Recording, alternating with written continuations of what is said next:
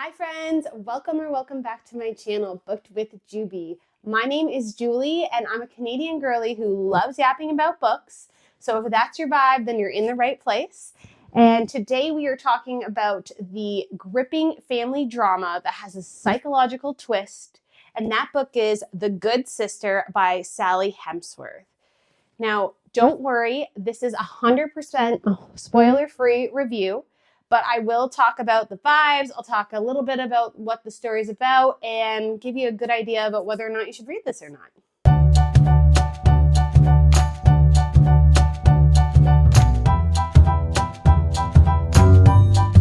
What if the person closest to you, your sister, is also the one that knows the least about you?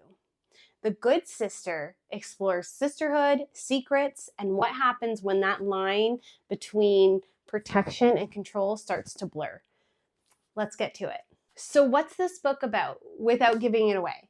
Well, we're going to follow two sisters. We have Fern and Rose. They are twins, and Fern is neurodivergent.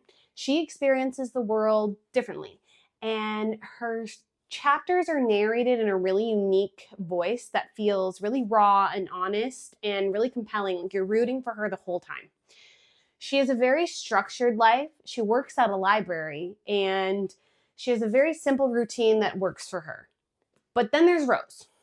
She's the responsible, protective older sister who's always looking out for Fern, or so it seems.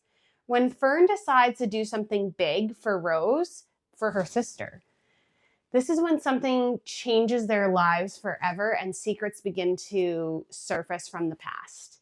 This book has a lot of growth and depth. It goes between the past and the present. And the twin aspects also adds like a little creepy vibe to it. And also just having two very different sisters with very different POVs was a very interesting way to experience the book. Okay, so let's talk about what works for this book. One of the biggest strengths for this book, The Good Sister, is that it's a dual narrative structure. So you have Fern's perspective, which is in real time, and then you have Rose's perspective, which is snippets of her diary. And I thought this was a really interesting way to create dimension and tension and really create that slow burn psychological vibe that you're looking for, because you don't know who's who and who's telling the truth and what story lines up and what doesn't. So that I thought was really cool. I also like that Sally Hepworth does an amazing job creating suspense without being over the top. This wasn't a fast-paced book by any means. It's more of like a psychological drama, but it feels like something that could almost happen in real life. And I don't know, it's got a little creepy vibe, like I said, because of the twins. I also thought having representation of someone who's neurodivergent was really interesting. It reminded me a lot of the book Strange Sally Diamond by Liz Nugent, which I love that book, by the way. So if you're looking for a really, really crazy, out there psychological thriller, Strange Sally Diamond also for you. Also same vibes. Now, Strange Sally Diamond is a lot more messed up, and that one has a lot more trigger warnings. This is a lot more mild, which I think can speak to more readers. But that was a very interesting, you're really rooting for these protagonists, and you really want them to do well, and you're exploring their POVs, which is a little different than your typical one. So who is this book for? If you love stories that include complex family dramas, unreliable narrators, and books that are meant to mess with your perception, then this one's definitely for you.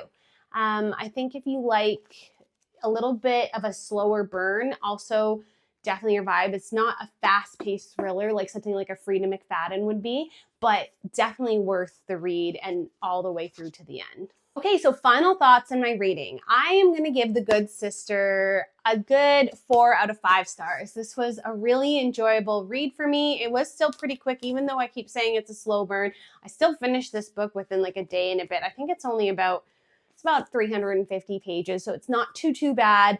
I had never read anything by Sally Hepworth before, so that was really exciting to try a new author, which I definitely would pick something up from her again. And overall, I really enjoyed the whole family drama, psychological part of it. So I don't know. Let me know. Have you read The Good Sister, or is it on your TBR now? Let me know in the comments. I'd love to have a conversation and hear your thoughts. And as always, I hope you enjoyed this review. If you haven't already subscribed, make sure you hit the subscribe button. I'm here on YouTube once a week. You can also find me on Instagram and TikTok and Shorts, Booked with Juby. I love you all so much. Happy reading. Bye.